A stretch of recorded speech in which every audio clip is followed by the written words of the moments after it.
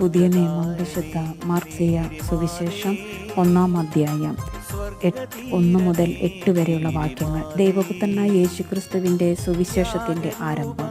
ഇതാ നിനക്ക് മുമ്പേ ഞാൻ എൻ്റെ ദൂതനെ അയക്കുന്നു, അവൻ നിന്റെ വഴി ഒരുക്കും. മരുഭൂമിയിൽ വിളിച്ചു പറയുന്നവൻ്റെ ശബ്ദം, കർത്താവിൻ്റെ വഴി ഒരുക്കുവിൻ, അവൻ്റെ പാത നേരെയാക്കുവിൻ എന്ന് യേശയ്യാ പ്രവാചകൻ്റെ ഗ്രന്ഥത്തിൽ എഴുതപ്പെട്ടിരിക്കുന്നത് പോലെ പാപമോചനത്തിനുള്ള അനുതാപത്തിൻ്റെ ജ്ഞാനസ്നാനം പ്രസംഗിച്ചുകൊണ്ട് സ്നാപയോഹന്നാൻ മരുഭൂമിയിൽ പ്രത്യക്ഷപ്പെട്ടു.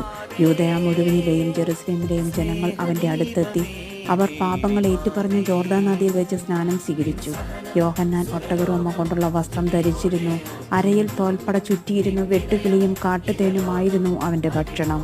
ഇവൻ ഇപ്രകാരം ഉദ്ഘോഷിച്ചു, എന്നേക്കാൾ ശക്തനായവൻ എൻ്റെ പിന്നാലെ വരുന്നു, കുനിഞ്ഞ് അവൻ്റെ ചെരുപ്പിൻ്റെ വള്ളികൾ അഴിക്കാൻ പോലും ഞാൻ യോഗ്യനല്ല. ഞാൻ നിങ്ങൾക്ക് ജലം കൊണ്ടുള്ള സ്നാനം നൽകി